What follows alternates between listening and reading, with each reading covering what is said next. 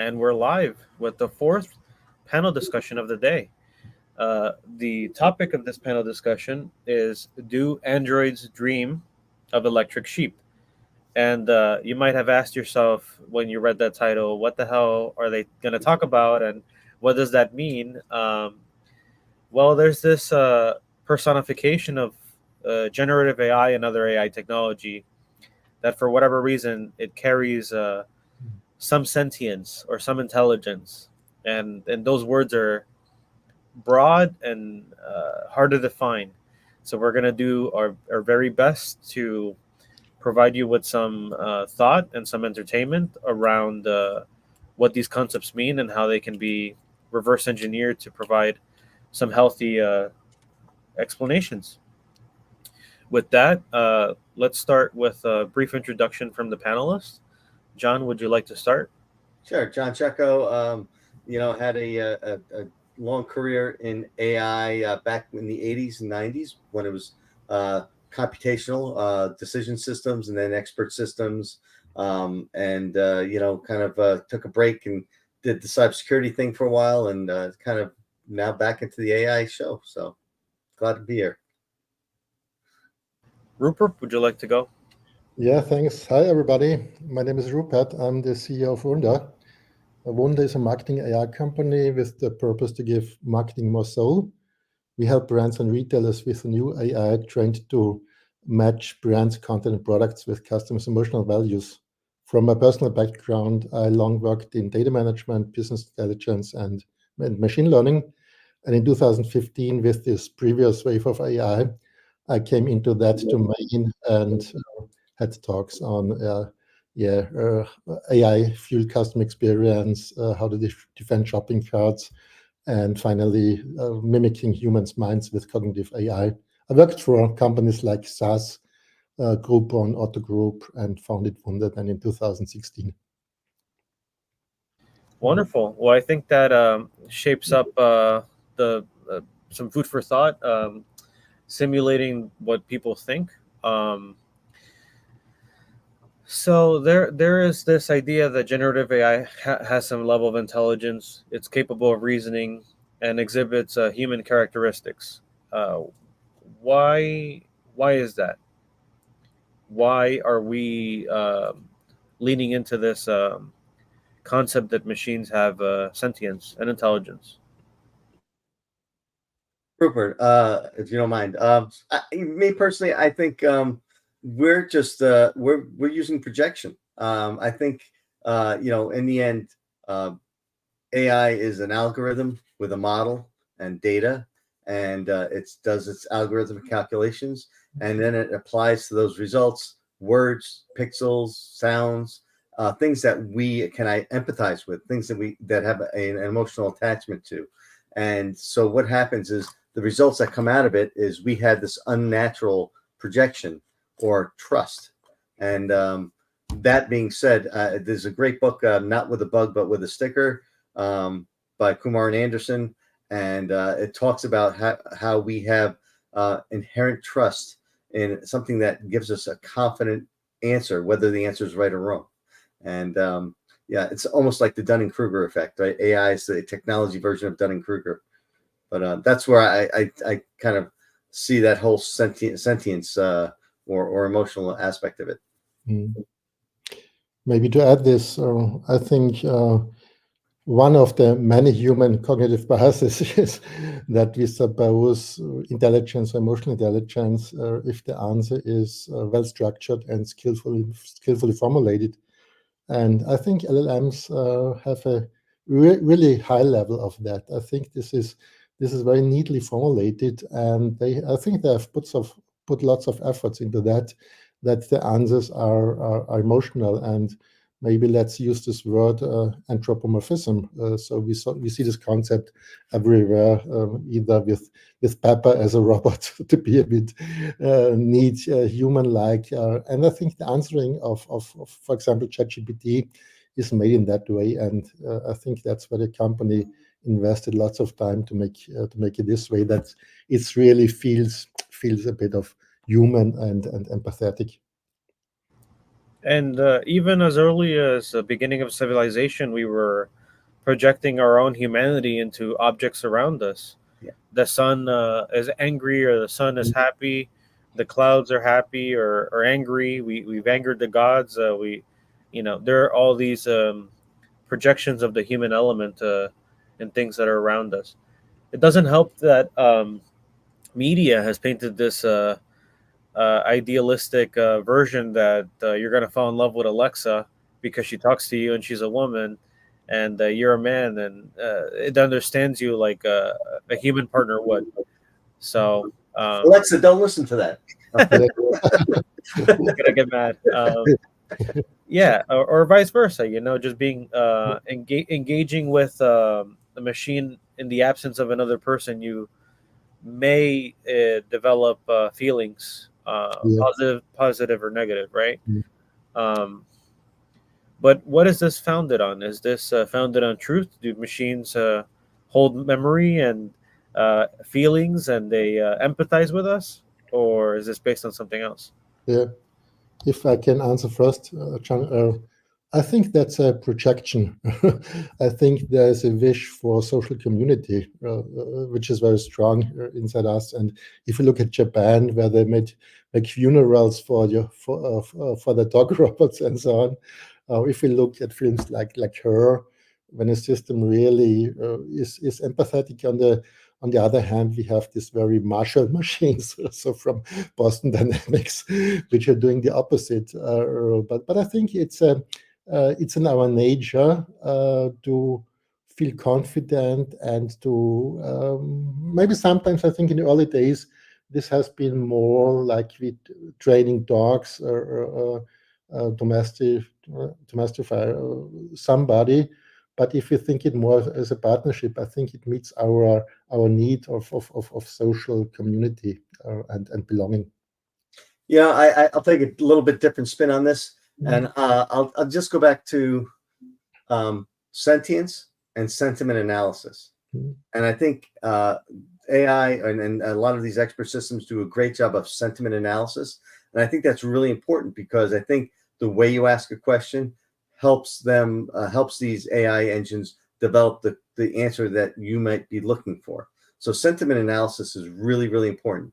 Sentience to me is a totally different property where it actually evokes emotions that were unsolicited, right? So, so to me, sentiment analysis is more of a reactionary thing where you see the conversation happening and you can go with the flow. Where sentience is kind of driving the conversation and in a certain direction. So, is AI sentience? I'm not convinced of that, but I think there's a lot of capabilities and there's a lot of again a lot of opportunity to take sentiment analysis and put that in and like your Rupert, your company does, and define what to do next from it. Yeah, sentient is such a rich word with so many different subcomponents to it. I mean, if you think of a sentient life, it has some sort of reasoning function in its core nervous system. Short-term memory, long-term memory. It has the mechanisms that remind it, "I'm hungry, go eat," or it's about the optimal time to reproduce and find a way to like evolve. Let's do that.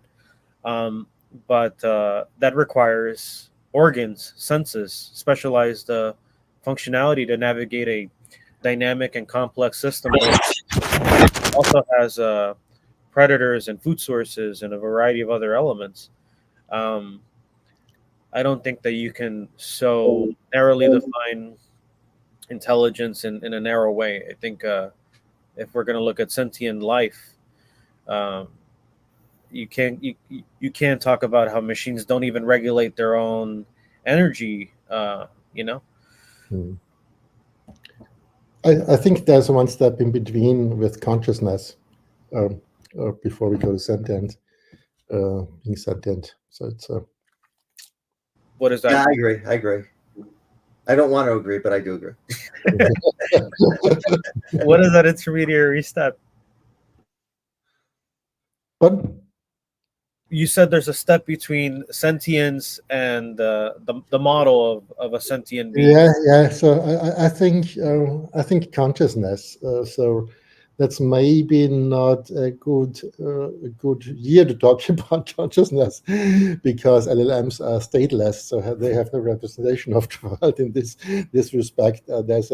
We will never get consciousness inside LLMs, but we need state. We need really state for learning, for progress, and stateful representation. And I think the way to consciousness will be around stateful actors. And if an object, if you say, for example, we marketing, we do brand trends. If a brand knows about her emotional capabilities, it can deliver to the customers. It could even be invoked by agent and say, okay, I'm looking for the right customers from the brand perspective side. So what I want to say is, consciousness with consciousness, things will become more live, and doing and being evoked, not only with the human pushing the buttons, but having their own consciousness on their state. So if I say consciousness, I mean a consciousness on the state of itself. Yeah, and it's funny you say that. I'm a big fan of Asimov, and I've watched a ton of sci-fi movies. And when they talk about the AI or the consciousness of AI, I see two different definitions. And the first definition is basically self-preservation. At what point does a system decide that it wants to have self-preservation? That is, to me, good. It's a level of consciousness that scares me, but it also is to me, an intelligent level of consciousness. The other one is the ability to, again, evoke emotions unsolicited, the ability to drive a conversation or to drive a series of actions offensively rather than reactionary, or be proactive. But again, I think with that type of consciousness is very pleasing, because you can use it to your advantage, but it's kind of, to me, devoid of some of the richness of what makes us human. Mhm. Now, in the late 1980s, I worked on something at IBM where, and if you think about this is the age of the PC, where we only had text-based word processors, and I connected two PCs together, one in a hidden room and one with the user. And as the user typed, the experimenter would type in a box and come up as a dialogue box, and then think about the time, right? Is this what you meant? Is this what you want to say? How would you say this better, right? Doing all the things that we see Chat GPT doing today, but about late 80s on a text base, and people were scared. People actually left the experiment room because they were like, what the heck is going on here? Why is this thing, why does it understand me? And I think that level of consciousness might scare people. It's funny you mentioned that experiment. In middle school, there was this website that had a sleight of hand trick. When you engage with it, you can enter a question, and then if you hold shift or you hold control, you can then slip in the answer. But because the interface isn't transparent to other actors kind of seeing that engagement, they think that the machine is reasoning or has sentience and can project the information that is only privy to that group of people. So, oh, cool. So, in middle school, we played pranks on each other sometimes, and if you weren't aware that the machine was just the sleight of hands of another classmate, you would be freaked out. Like, how do you know that about me? Where in the internet is that coming from? Or how do you have that intelligence? But it's a reflection, right? We want to believe that if there's some reaction or information that is contextualized with our own experiences, that it comes from some higher intelligence. Um, yeah, what do you guys think about this AGI, artificial general intelligence? I mean, we're talking about consciousness being the intermediary step, and I believe that the same that term is synonymous with AGI. Um, What do you guys think? I don't know if you allow me to go first, Rupert. So AI is a stepping stone to ASI, right? Artificial superintelligence. But uh, artificial general intelligence has been purported to be on the equal of us. But computationally, we're at very strict computational limits, right? By the number of parameters, how we're looking at these parameters, and the decision. So if you think about those deep neural networks, they're basically perceptrons, which are little mini decision models with weights attached to them that are kind of looped over and over again. And those perceptrons usually just have a binary output, right? Given this weight, given this input, here's the output. We think more non-linearly.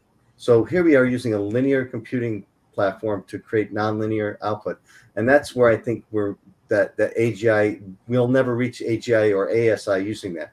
So where can this help? Well, we have these things called quantum computers, and the problem we have with quantum computers today is that we have outputs that are indeterminate, meaning two inputs can create four different outputs that are all equally correct.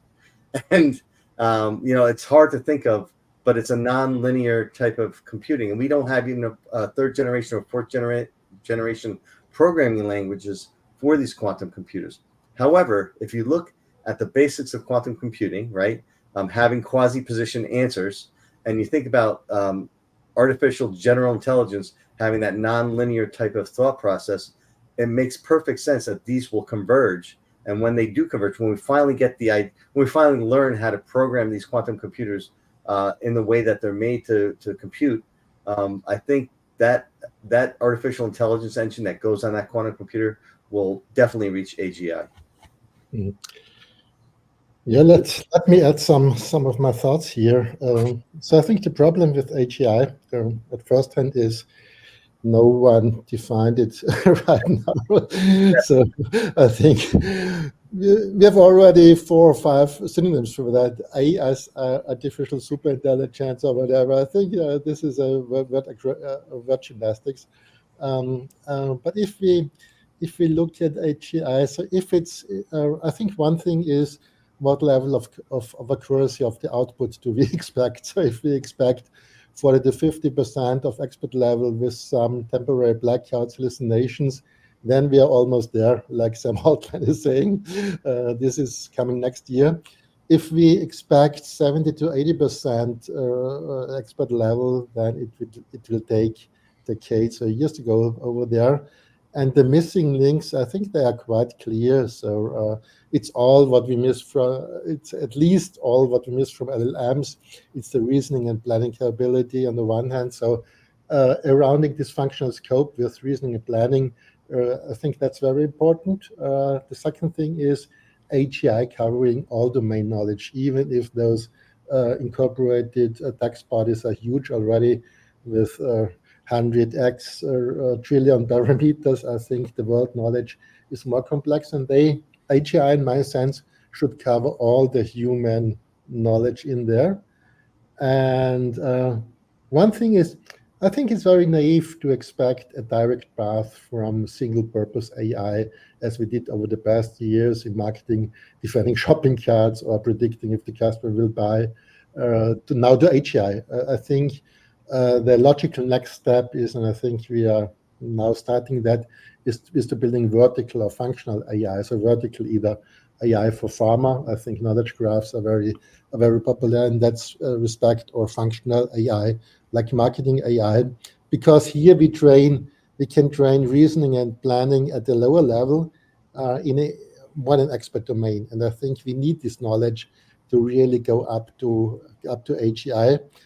And to go further, I would say the problem with AGI will not be the AI, but the humans.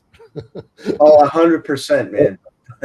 And maybe let me explain that there are two components of human thinking: the cognitive component and the affective component with the values. So the cognitive is what makes us think. There are large areas of the brain, the prefrontal cortex, neocortex, and from philosophers, the Romans said cogito ergo sum. I think so. I am to Descartes. I think cognition is something we are humans are very proud of it. And some say, together with consciousness, this is distinctive to other species like animals. So this is a big part here. And the second part is affective component. So our values, they take less space in the brain, but they are fast. And now we have several problems when we think of AGI. And the first is humans are not good in separating these two components, affective and cognitive component. And the thing is, when we look at facts, there's almost no fact without a meaning. And this is giving many conflicts. For example, in marketing, two guys with the same goal to grow the company, the one sales rep, the other is CRM manager. If the sales rep is overselling the customer, then it's positive, it's success, because this is power and dominance. And the CRM manager is angry or is fearing losing the customer. So he has a distinctive value set here. If you take that from marketing to a broader context like politics, if you say, is Joe Biden a good president? I think this is really showing that facts are always accompanied with values. The second thing is those value systems are complex and interconnected. So I think even with attention mechanisms, which I personally find are a really cool feature in LLMs, this will be hard really to mimic this set of that. And then the third and most important point, over time, we like to interact with like-minded people, the systems. That means there will be no acceptance of AGI or systems that are other-minded. And what will happen then? Do we have then AGI for the right-wing thinkers, for the left-wing thinkers, for the hard sellers, for the soft sellers, for the autocratic and democratic world? And the question will be, if there are many AGIs, is it then still AGI? And it seems to me a bit like we are directly electing the prime minister of a world government. So we never trained that to be conform on human values.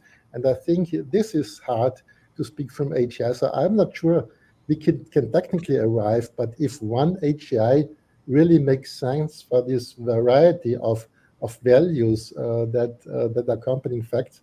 So I think that's the real challenge over there. And Rupert, I agree with you. I think there will be no one AGI. I think the AGI will be purpose built, right? But I want to just talk about two things. One thing that you mentioned, the farming example, where you said, you're taking some low level solution strategies and applying it to new problems.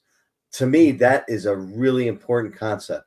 And I think we're just on the verge of that, besides putting Elmer's glue on our pepperoni to keep the pepperoni on the pizza.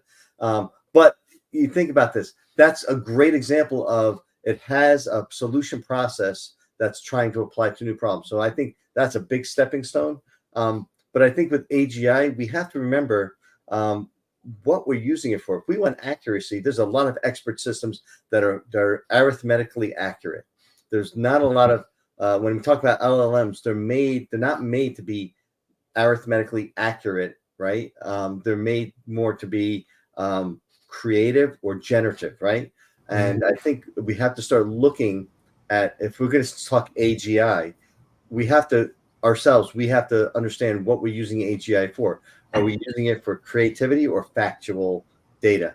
Well, if we're using factual data, there's much easier ways of getting that, right? So I just kind of wanted to dovetail off of your comments. I think it's brilliant that we're laying out these considerations. If AGI is a reflection of humans, let's define human intelligence before we go off and define what artificial intelligence is. Artificial is only a shadow of the human potential. But also humans in themselves are not, I don't know. I don't know how to describe it, but we have multiple layers of consciousness. How can you even begin to try to emulate it, mimic that functionality? You would have to come up with three actors: one for self-preservation, one to remain harmonious with the environment, and then the other one to drive the purpose of the system. No, like Not not necessarily. So if these are just emotional values, this can be incorporated by, let me say, an emotional motivational graph covering all those human values, either being dominant or being peaceful or whatever, and then a graph in the state. A graph in node can take every state. So if the system is covering this whole bunch of possibilities, then it's just like the lights go on this node. So I think it doesn't need actors, but we need actors more. But we need also a temporary state of that. Means okay, this is the state in T0. This is the state in T1, in T2, and so on. So I think, and also here graphs are super because they can change that at any time, or staying more stable and change at the slower rhythm. So I think graph nodes as representing a state of something is a really cool thing there. So I think consciousness, I would not synonymize consciousness with emotional values. I agree. Yeah, so I think consciousness is more being aware of what is. Yeah, I think when we get into AGIs that are conscious, Yeah. Truly conscious or truly sentient, we may not like what they want to hear, what they want to say. We may not like what we're hearing, and we may say, "Oh, this is totally bogus. I don't like what this," because it's just like meeting a new person, right? And sometimes you click, and sometimes you don't. And I think if it's going to be truly an independent thought process, we may not like what we see, and that's another thing that kind of scares me, is that we may start throwing away good solutions because it's not saying what we want to hear. And again, you're going to end up with the left wing AGI, the right wing AGI, and things that are just going to get confirmed to people what they want to hear, and that's not helpful to anybody. Yeah, and I think this is just the tip of the iceberg. All this discussion we have around fake news, alternative truth. So if you think of Plato's cave allegory and say, what is the truth? We really come to that point, and sometimes I say, don't expect AI solving the problem. I think AI is formalizing the problem. We might use technology to get it done, but I think AI cannot solve all the world or solve all the problems in the world. It can help formalize the problem. I love that. I something, I'm writing that down because AI shouldn't be solving the problem, but AI should be explaining the problem to me. And that's a great. Wow, I think that's a great use of AI. in the previous symposium of last week, Cedric Berger was talking about messianism and using AI as a symbol of hope. And I think that speaks to what you're saying now of like absolving yourself from responsibility. Like, oh, if the brightest minds in the world can't solve it, we're going to pool our collective intellect to create this thing, and that will resolve our thing and be the hero of the journey. But it's not so. No. It's only a shadow of what we believe. I think with symbolic AI, really, where we try to explain the things, I think maybe AI can help really to formulate the problem, and maybe then we find human solutions on that. So I think hybrid AI could also work that way. Say helps to formulate, but then as humans we find the problem by reasoning with our own brains. Yeah, no, I agree with you. Making a blueprint of hard reasons and logical decisions and branches of decisions. Yeah, that's an artifact in itself that can teach us, based on the experience and knowledge of people that are farther ahead of us, how we can teach further generations how to incorporate that decision-making schema or architectural blueprint. And we can continue to pull on one artifact rather than write books, consume books, write books, consume books. We live, we die, and the knowledge and expertise that we come up with kind of evaporates as we leave this earth, it would be good to have some humankind artifact that helps us progress society. Yeah. Mm-hmm. There we go. We're gonna put this on a T-shirt with Rupert's face. Yeah. Copyright granted. You signed the release form. um, yeah. So now we're looking at the future state and some of these philosophical and like biological questions. Let's kind of dial it back and talk about generative AI because that is the latest hype wave.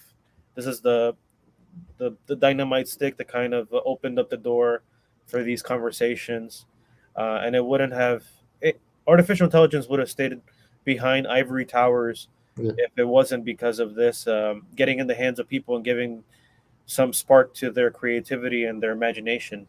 Mm. So, what is generative intelligence? Generative artificial intelligence, and let's go from there. John.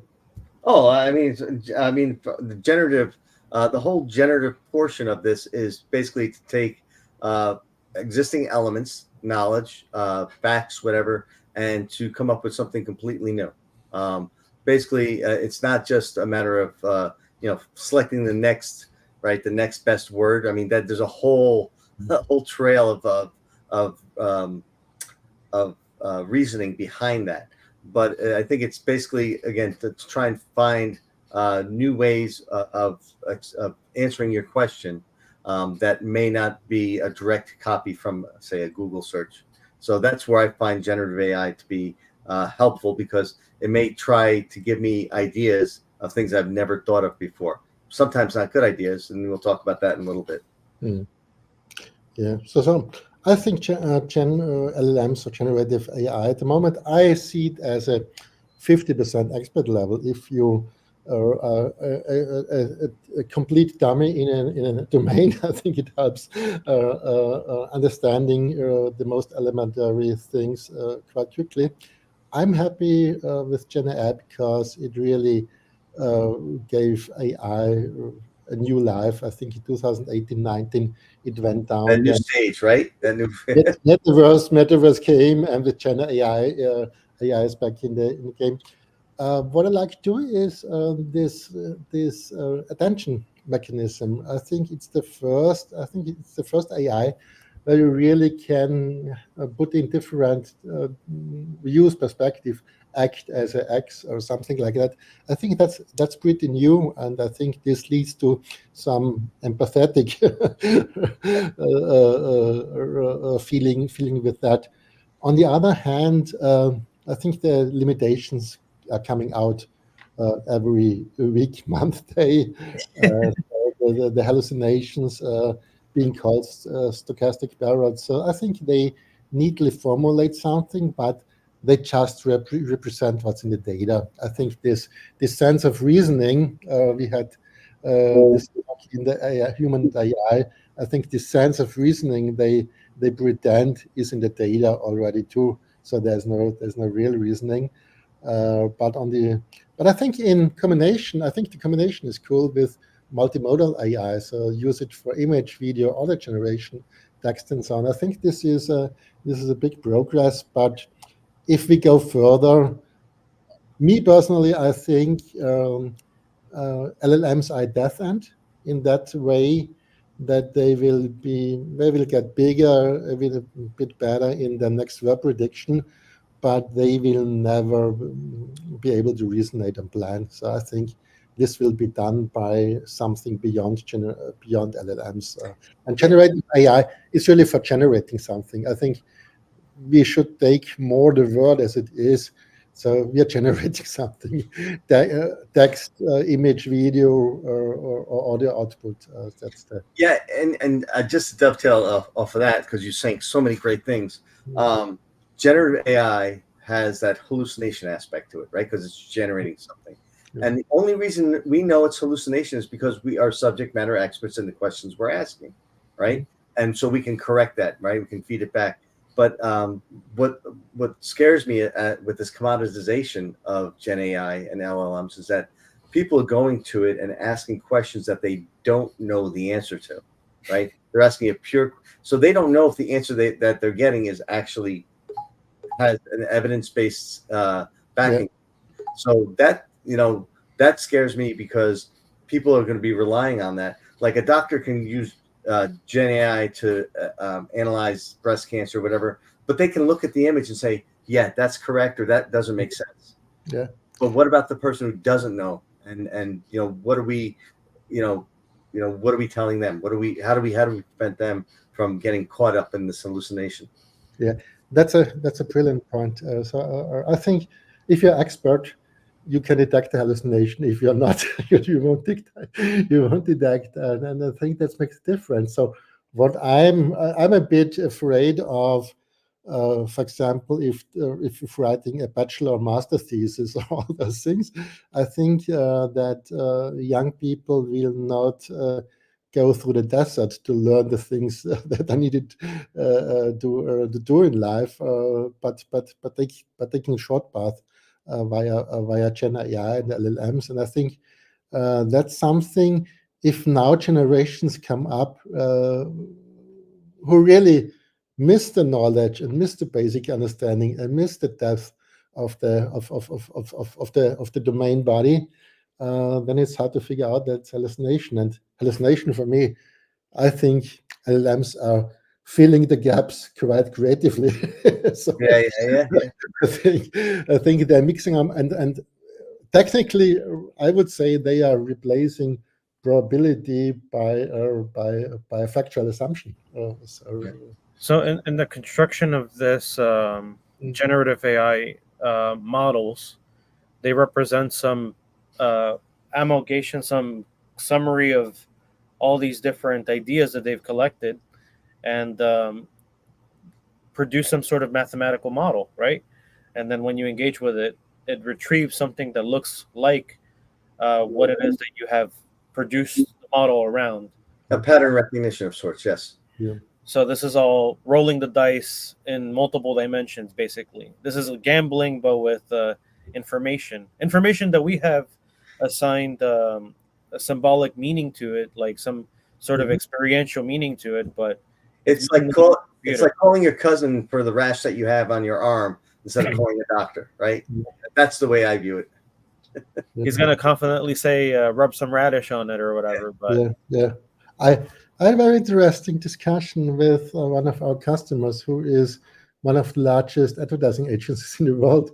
When we started using LLMs and Gen AI, and it has been about trustworthiness of data, and they ask, okay, is it qualitative or quantitative data? And I think that's a very interesting question, because I think it's a mix. So it's better than qualitative data, but anyhow, we have to bring evidence to that data. And for example, what we do is if we get real-time, real-world data from LLMs by prompting them for emotional values of brands, we hold them against our emotional knowledge here, against our knowledge graph, to see how this fits into.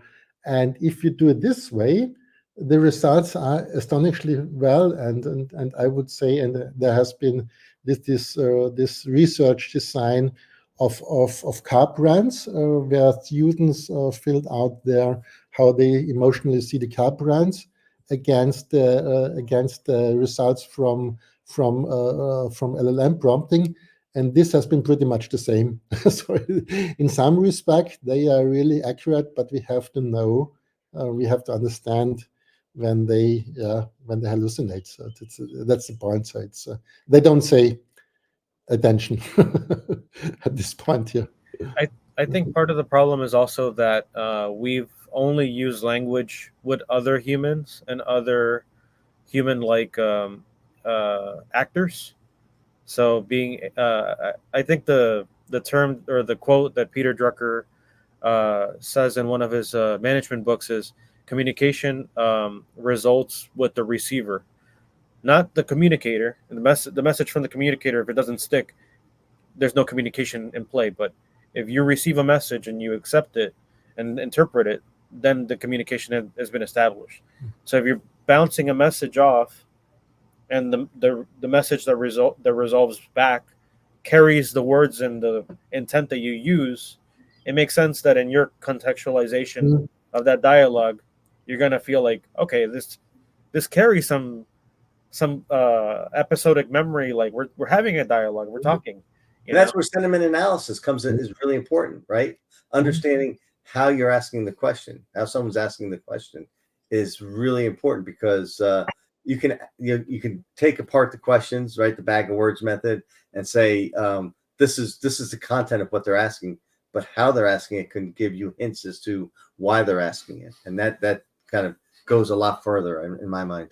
Mm.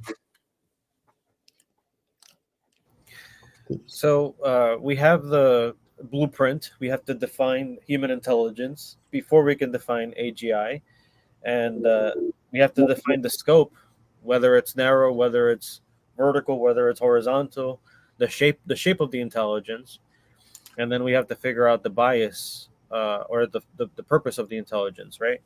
Um, Only then can we figure out what the gap analysis is between generative AI or other techniques, whether it's symbolic or statistical, or both, right? Because I think the biological function of survival is to not be 100% linear, and to not us in ourselves, we have some probabilistic function, right? We don't produce the same action multiple times. Otherwise, a predator would have evolved to be able to kill us all, right? We have some deviation that allows us to kind of adapt to this complex environment that is also adapting to us. Um, yeah, where do we take this conversation from here? I'm I'm drawing blanks because it's so rich and it's starting to feel like syrup. Yeah, maybe a word to biases. So my personal impression is that biases have been worse 5 years ago. So when and I refer to a second wave of AI, third wave of AI. I think this is nice classification on the way which data we use. So second wave AI, it's only from past learning. I think this is what we do since 2000 or 2004 with only past learning, and third wave AI with being more contextual, more explainable this way. And I think at this 5 years ago, when this machine learning with just past data really has reached the top, I think the biases has been the worst. I think meanwhile there is much more awareness on how to eliminate biases, either for discrimination of ethnics or genders or whatever. And I think one way to get rid is really to have high quality data sets, curated data sets. I think I know that's hard job. So I've worked a long time in data management, but I think that's way. On the other hand, with reasoning and being more generic, introducing more generic rules, and then separating, I think one of the tricks is separating the goal from the conditions, from the values. So if you think of autonomous driving and say dear car, go from A to B, this is the goal, and we have to say as condition, but stop for pedestrians and act as a careful driver. And I think if we architecture systems that way, that we separate the goals from the conditions, the context, and the values, then we get, and having highly curated data sets, we should be much better with biases. I think no system is totally bias free, but that together with explainable systems, I think there's a way to have much more fair algorithms and decision processes than we had in the past. So I will disagree. Only, Yeah. so I'll actually I'll point to a paper that was out in 2017 by an author Lacarouge called "The Selective Labels Problem." And what they did was they did a study, and they took a bunch of parameters, and they took away the obvious bias parameters, and they ran it through AI models, and they also ran it through person inquiries, right, surveys, and they both came up with the same answers of the supposedly non-biased answer, but that non-biased answer was tightly correlated to the bias parameters that they had removed. And the whole idea was, and a good example is crime in the inner city. Well, is crime in the inner city happens highest in minority neighborhoods, and so they took out the minority, the nationality, and stuff like that. But they still found that police surveillance was happening in these same neighborhoods. Why? Because crime and these neighborhoods were tightly correlated. So you can't really take bias out. So that's kind of I think you should take the obvious biases out, but I think the resulting information should be looked at and say, is it biased or is it accurate? And a lawyer once told me, AI can be 100% mathematically accurate, but still be legally biased. And if you think about that, right, accuracy and bias are two different. It's not a balancing act. People say we have to balance bias with accuracy. It's not a balancing act. These two things need to coexist, and you need to be aware of it. Why? Because if you're using AI based on training data that's human generated data, right, it's going to be biased. It's going to have those same attributes. And so I don't think we could ever get rid of bias, but we have to embrace it and say, why is it biased, and what's leading to this? Yeah. To me, that word, or that compound word, high quality data sets, is a bit empty, because the data comes from statistics, right? Like, you have to model some sort of intent of qualitative and quantitative figures that you want to collect in order to formulate or enhance or approve or disprove a hypothesis, right? That's the whole point of the scientific method of statistics. So how do we collect that? What do we collect? And then how we shape it, I think, expands that high quality data sets definition a bit further and makes it a little bit more tangible, right? Isn't that the whole purpose of like talking about information systems, information technology? Information is data contextualized. And that comment that John did about selective labels is, it's inherently biased because of the inherent assumptions in developing that model. And that's why we're not going to with a true AGI, a sentient or conscious machine. We don't want to hear the truth. It's we're not going to like what it says. And so what do we do? Yeah, I think being bias free, I think the same as the humans, we are not bias free. I think we have so many cognitive biases, 150 or even more. So I think bias system. I think we have to be careful to reduce or be aware of biases, and sometimes the truth is a bit undesirable even. So sometimes is it that certain groups tend to be more impacted or likely to do other things than others. I think reality bites too sometimes. So socially, we're geared towards still the tribal times, right? I mean, we're all different. We're wearing different types of shirts, so we're part of different tribes. But that agreement, disagreement, that identity that we share or don't share shapes the bias. If there's a completely impartial sentient being, it's gonna segregate itself from everybody. And what are we just gonna throw sticks at it and set it on fire? Well, let's talk about what we can use it for, right?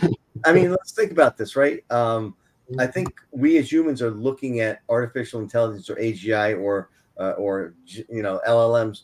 Perhaps we're looking at it the wrong way. We have this great tool that has a solution looking for a problem. And I think we haven't asked the right problem yet, right? And I think part of it would be, well, maybe we should allow it to hallucinate. Maybe we should allow it to come up with garbage answers. And maybe, right, because maybe we shouldn't rely on it as a fact checker or as a evidence-based system, but more of a creative system, right? Where can I go with this? Give me some possibilities. And then let me take those alternatives and think about them and see what's feasible and not feasible. So I think there's a lot of opportunity with Gen AI and LLMs. I think we just need to not put so much pressure on the output being the output, right? Mm. I totally agree, but that will work only under the condition that we as humans are really learning domains and start being better than the LLM answering a question. And I think if we think humans as being lazy, I hope that next generations are doing that way, but some are really like to take the fast track and trick and trick with the performance. So I totally agree. I think if we don't take that for granted, what we get out, I think it's very reasonable to do that. But that means that there is still human brain work to do. I have a crazy idea. Why don't we take the resources that are going into investigating AGI to training the people that have brains with AGI-like characteristics, Yeah. and then we become our own reasoning support system. Maybe that's just too crazy. I don't know. You know what? Another thing that scares me is the code generation AIs. I know that years ago there was this website called Krugel, which was basically Google for code, and you could look at snippets that other people have written and use them. Mhm. Now we have GitHub, right? And we can look at libraries that other people are using, and we have those issues with SBOM now, right? Software bill of materials, and some of these low-level patches or injections like SolarWinds had. So now we're letting AI write code for us, and yes, simple code we can look at and says, "Wow, that's great code." But as we start relying on AI generating code for us, more complex code that we can't understand, or that's going to be too optimized for us to reverse engineer, my fear is that it's going to be giving us code, hallucinated code, that's not going to do what we expect it to do, or do what we expect it plus something else. Mhm. And I don't know how we can solve that problem. Yeah. I think that's the same solution as if you are medicine, if you're a doctor and have to decide what to do with the patient, or maybe you decide about life or death. I think we have to separate the decision from the action. So if we do that, then let's give the AI, the system, a proposed decision. But before doing the action, having this human expert as an actor in between, and what I'm missing in most AI loops or the perceptrons is so we have built one sense, infer, decide, act. This distinction between decision and action. I think if systems are built this way, we can be safe that the final decision maker is a human expert and that not the system is running wild. So it's like the OODA loop plus plus, right? Where the plus plus Yeah, is verifying everything. Yes. it's the OODA loop adopted to AI. So we Yeah. call it CEDA, sense, infer, decide, act. I like that. And, and it's a good way to have the pipeline for real time decision making. Yeah, and it's funny in my work, I've actually asked people, if you're going to use Gen AI or other AI expert systems, don't ask it for a solution, ask it for alternatives. Let it generate multiple outputs, and that way you can look and compare and say which one applies to me the best. And I think that's to me the safest way of using AI.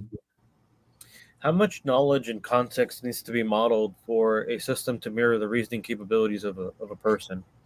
I think that that question is sort of dependent on the scope of the domain, whether it's a use case or vertical, right? Absolutely. I think, yeah, wow, that's That's a major question. because we can't figure out, like I think we said earlier, we can't figure out what makes us human, right? What's human intelligence? So I think um, understanding the maturity model, right? The maturity level of an AI is going to be just as difficult. So that's I can't really answer that. Mm. So if we go through that in a more in a high coverage thinking, I would say it's about the knowledge domains or common sense or domain specific. It's about the type of context, international, cultural, personal. the reasoning mechanics, the knowledge representation, learning, adoption, and the ethics. So this is really a huge field. And I think the way to reasoning, by the way, will be exactly this way, that we have to represent and mimic all those things when we want our AI systems do that. So, but this is a large body starts with the understanding of the domain to the context and the different types of reasoning. So this is think about this: in a human form, the reasoning of getting dinner for an Alaskan native versus an Australian patriot, right? It's going to be totally different. They live in two totally different continents, two totally different climates. They have two totally different upbringings. So even their reasoning process is going to be totally different. So how do we mimic everybody's reasoning process, or do we mimic one reasoning process, or do we have a selection of reasoning process, like we have a selection of models that we can load now to Olama or something like that? To be provocative, the more AGI it is, the more coverage we need. So if we think of types of context, I think the cultural context is very compelling. Because I worked last year. I worked in Southeast Asia, in Singapore for a while, and this is how different to German or European attitudes here. But I think reasoning really, I think type of context, either personal, cultural, or situational. Marketing sometimes is referred to contextual marketing. That's what really matters in the reasoning, because if the context is misinterpreted, then everything goes wrong. So it's, as you pointed out, having dinner in Australia. But just even having a conversation, the protocol for a human conversation is different from Japan to China to America to Germany, right? Just that protocol of how you ask questions and how you receive answers. Yeah. And then we are back to research and knowledge domains, host data, cultural context, and all that things. I think if AI knows about that, and we know that we have to include it, that could be fine. But I'm not sure if both things that we're always aware of that. It would also need some sort of memory component as well, no? Like episodic memory and long-term storage of that memory that sort of evaluates what has happened, what is positive, what is negative, and helps it inform or train its decision-making process. Definitely. I think if we look at our brain, that's something very interesting. Memory is very distributed in our brain. So I think we have at least 4 to 5 areas where memories are stored. But we can recreate that memory, and I think AI can only move forward. They can't move backward, right? Yeah. So AI can't take the training data received and recreate a memory from that training data. Yeah. And if we think again of states, that's what I mean. Stateful is such an important concept. If we think of states, then we can refer to previous memories, either long-term or short-term memory. I once saw a curve of the deprecation of data. If it's valid, I put an apple to that, and we really and on the other hand, I saw data scientists asking me for journey data 3 years ago, which are not relevant anymore. I think the freshness of data, the relevance of data, really depends on the recency. And one of the major concepts in marketing or campaign management is the recency factor. So I think this memory thing is really important to be safe, if that's still relevant or not. So, and Rupert, I have a question for you. So you're talking about, like, you mentioned high quality data, right? And I think of high quality data as data that is not misinformation or assumptions or perception, right? It's factual data. So obviously your systems read in tons of data, but if you do come across something that is not high quality or error prone, with these AI models, there's no way of redacting the process that analyzed and took in that data. Yeah, there are several mechanisms to do that. So if you, I like to infer data. I think that the second or third inference is the most valuable data, then it's more condensed. And you can check data, for example, by that, or replace or fill up missing data.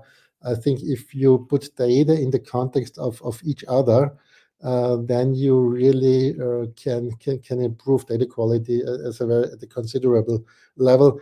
Not everything. So if the whole data set is disturbed, maybe if we take survey data and somebody, okay, we see some patterns. So on a Likert scale, somebody's always clicking the middle part. Yes, yes. That's worthless. But if it's more random, it's hard to detect. So it's hard to detect a full invalid data set, but anomalies in the data can be detected and improved. So that's what's very, um, Even in our own consciousness, we're constantly receiving new information, making assumptions, doing things like the Deming cycle: plan, do, check, act. Right. So, um, yeah, there's so many. I think we've outlined that there are so many different subcomponents that are understood, not understood, conscious, unconscious, bias based on experience, based on memory, short term, midterm, long term. Um, Cultural, right? How do you even define culture and the experiences that are baked into that? How do you define the function of language on the memory formation of the brain? There's so many different subcategorizations that need to be defined before we even begin to play with the notion of AGI.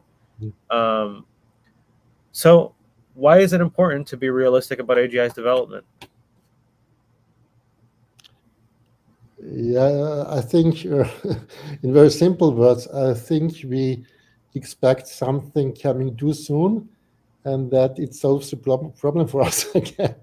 I think this. On the other hand, singularity is quite scary. I think the singularity is even not desired, but having more generic intelligence, that's a pretty long way, and we have to be.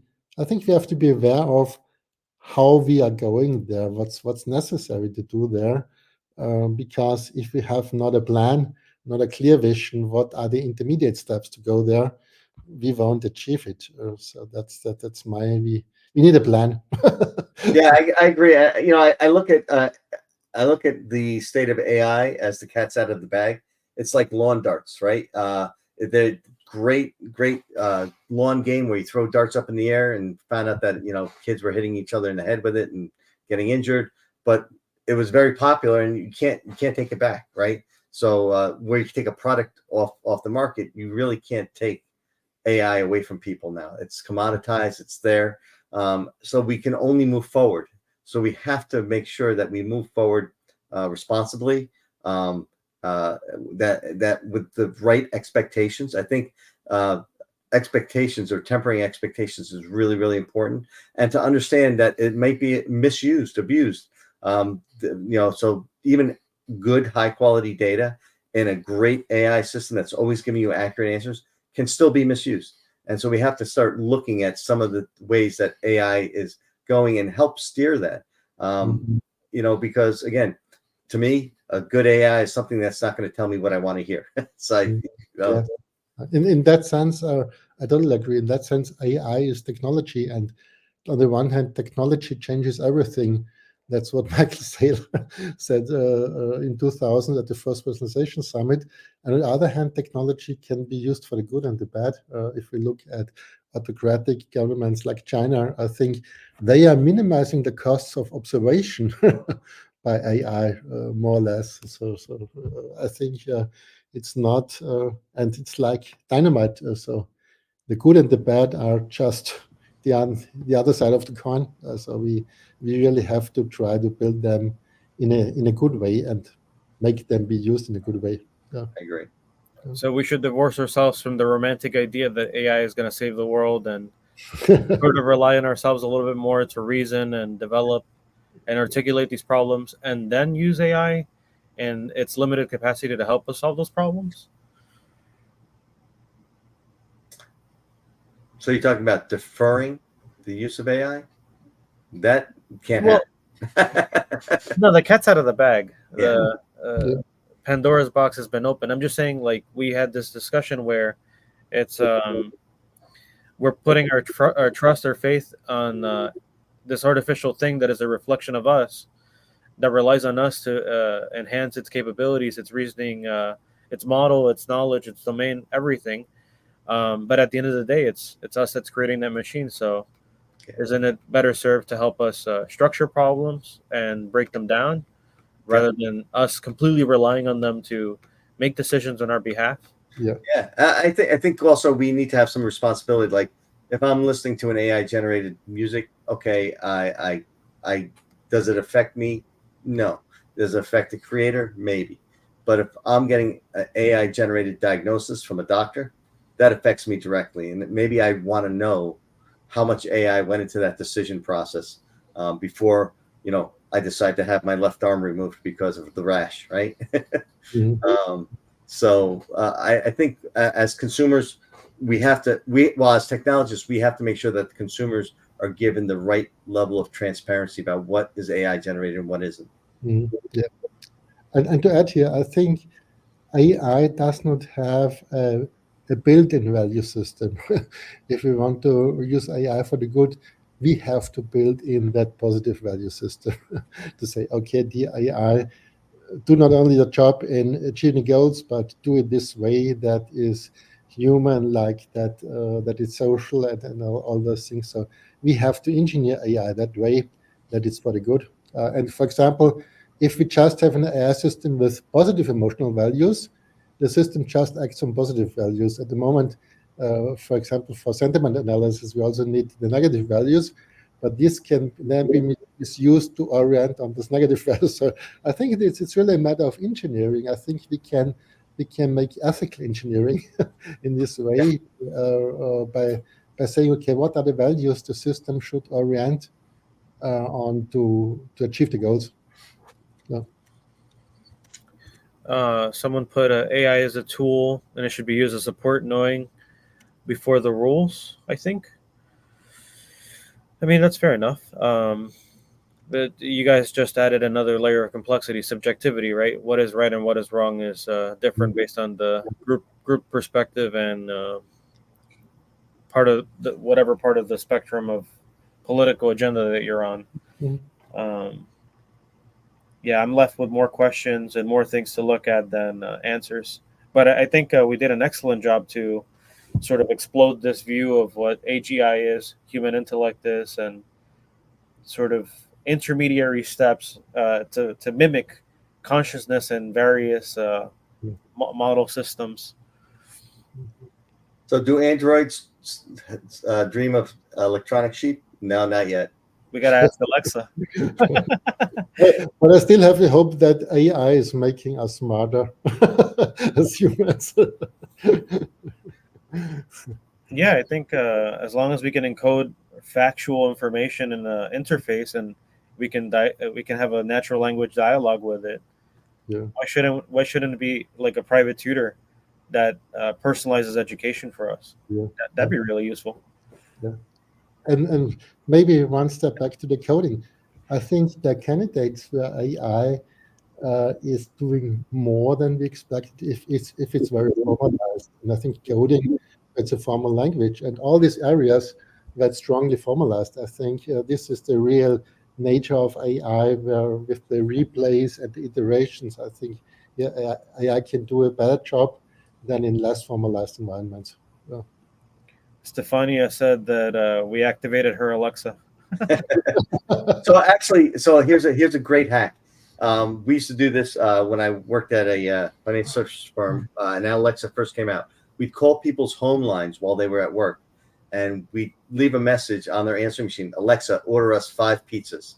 And the Alexa would trigger off and have 5 pizzas delivered to their house. And then when they replayed the message, Alexa would be activated again. So little Alexa hack for you guys out there.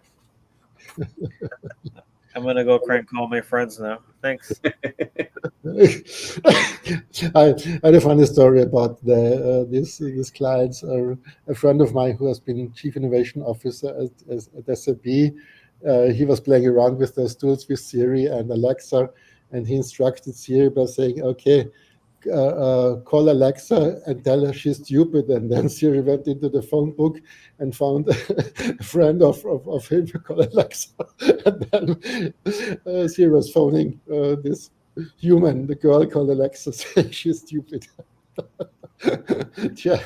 It goes to show that we're a reflection of the technology. Again, misusing the technology, right? John, Rupert, I think we're at the end of the call, but we're gonna take a short break, and yeah, I'm walking away with my mind blown out, just in different dimensions, and yeah, I had a lot of fun. Thank you. Thanks for having us. Thanks for having us. See you then. Bye. We'll see you guys in 20 minutes. Bye.